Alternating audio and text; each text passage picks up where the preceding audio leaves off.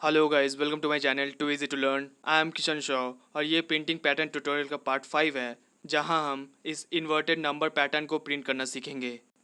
और अगर आप इस ट्यूटोरियल में नए हैं या यही आप पहला ट्यूटोरियल देख रहे हैं तो आपको बता दूं, अगर आप और डिटेल में जानना चाहेंगे जैसे लूप्स के बारे में या किसी और चीज़ों के बारे में, तो इस प्रिंटिंग पैटर्न ट्यूटोरियल्स को शुरू से यानी पार्ट 1 से ज़रूर देखें, ताकि सारी चीज़ों को अच्छे से सीख और समझ पाएँ। क्योंकि इस ट्यूटोरियल में कुछ कॉमन चीज़ें हैं पिछले ट्यूटोरियल से जो शायद स्किप हो जाए इस ट्यूटोरियल में, क्योंकि लगभग चीज़ें मैंने पिछले ट्यूटोरियल्स में क्लियर कर दिया है और दोबारा से रिपीट करके वीडियो को लेंथी नहीं बनाना चाहता। तो पैटर्न से रिलेटेड सारे चीज़ों को अच्छे से समझने के लिए इस प्रिंटिंग पैटर्न ट्यूटोरियल्स का पिछले सारे पार्ट्स ज़रूर देखें। लिंक मैंने ऊपर आई बटन और नीचे डिस्क्रिप्शन में दे रखा है। तो इस इन्वर्टेड नंबर पैटर्न को कैसे प्रिंट कर सकते हैं जानने के लिए बने रहिए हमारे साथ इस ट्यूटोरियल में। So let's start. तो ये यूज़र इनपुट प्रोग्राम होगा, तो फिलहाल इस n की जगह कोई भी रैंडम वैल्यू जैसे 5 ले लेते हैं समझने के लिए। ये 5 एक लिमिट का काम करता है, यानी जो भी पैटर्न प्रिंट होगा उसमें 5 कॉलम्स एंड 5 रोज होंगे। तो यहाँ राइट साइड में आप देख सकते हैं वेरिएबल्स के नाम और उसके इनिशियल वैल्यू लिख रखे हैं हमने। तो यहाँ आई के अंदर 5 है, यानी ये इनिशियल वैल्यू है। यहाँ इस आउटर लूप में देख सकते हैं, और यहाँ आई माइनस माइनस है, यानी डिक्रीमेंट हो रहा है। यानी यहाँ 5 से स्टार्ट होगा डिक्रीमेंट होना, और कहाँ तक डिक्रीमेंट होगा, इस 1 तक। और जब आई का वैल्यू 5 से डिक्रीमेंट होकर 0 हो जाएगा तो ये आउटर लूप का कंडीशन फेल हो जाएगा, क्योंकि लिमिट 1 तक दिया हुआ है। तो अभी आई का वैल्यू 5 है, तो यहाँ कंडीशन सेटिस्फाइड, क्योंकि 5 1 से बड़ा होता है। तो अब इनर लूप का कंडीशन चेक होगा, तो कंडीशन सेटिस्फाइड हो रहा है, क्योंकि यहाँ जे का वैल्यू 1 है, यानी इनिशियल वैल्यू 1 है। और यहाँ कंडीशन में जे लेस देन आई यानी 1 लेस देन 5, तो सेटिस्फाइड हो रहा है। तो अब इनर लूप के अंदर जाएगा और यहाँ प्रिंटफ फंक्शन है, तो ये एग्जीक्यूट होगा। तो इस प्रिंटफ फंक्शन के अंदर ये %d है, यानी कोई इंटीजर वैल्यू ही प्रिंट होगा। तो किसका वैल्यू प्रिंट होगा, इस जे का। तो इस जे के अंदर अभी कौन सा वैल्यू है, ये 1। तो यहाँ आउटपुट में 1 प्रिंट हो जाएगा। तो यहाँ का कंडीशन फेल ना होने तक लूप चलेगा। तो जे का वैल्यू इंक्रीमेंट होगा 1 से 2, तो फिर से कंडीशन सेटिस्फाइड, क्योंकि 2 लेस देन 5।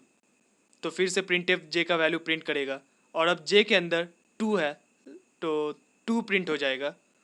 तो ये इनर लूप में जे का वैल्यू तब तक यहाँ प्रिंट एफ फंक्शन में प्रिंट होता रहेगा जब तक इस इनर लूप का कंडीशन फेल नहीं हो जाता, यानी ये जे का वैल्यू आई के वैल्यू से बड़ा नहीं हो जाता।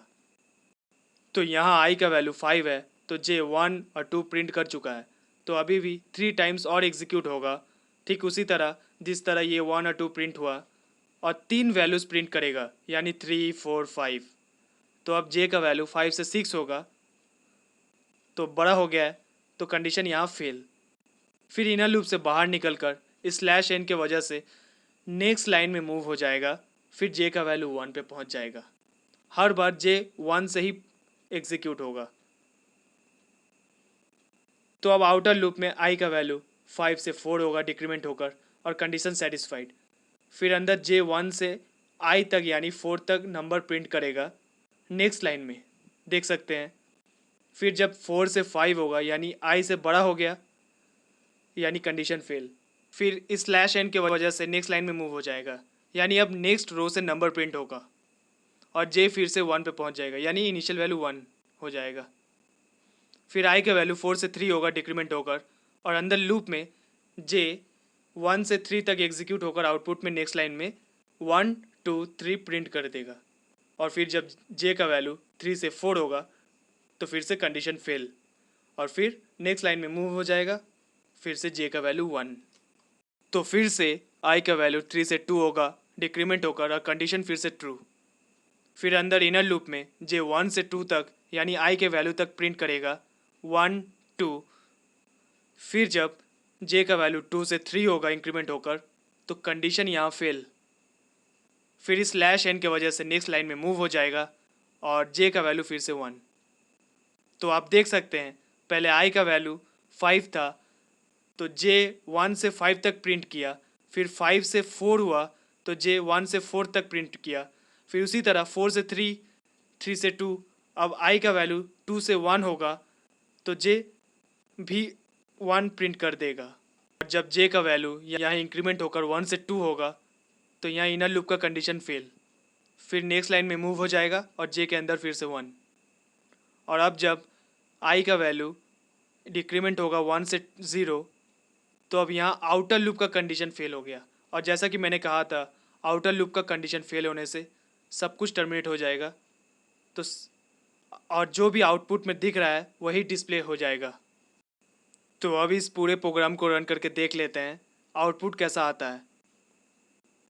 तो पहला इनपुट 5 देकर देखते हैं सेम आउटपुट आता है या नहीं।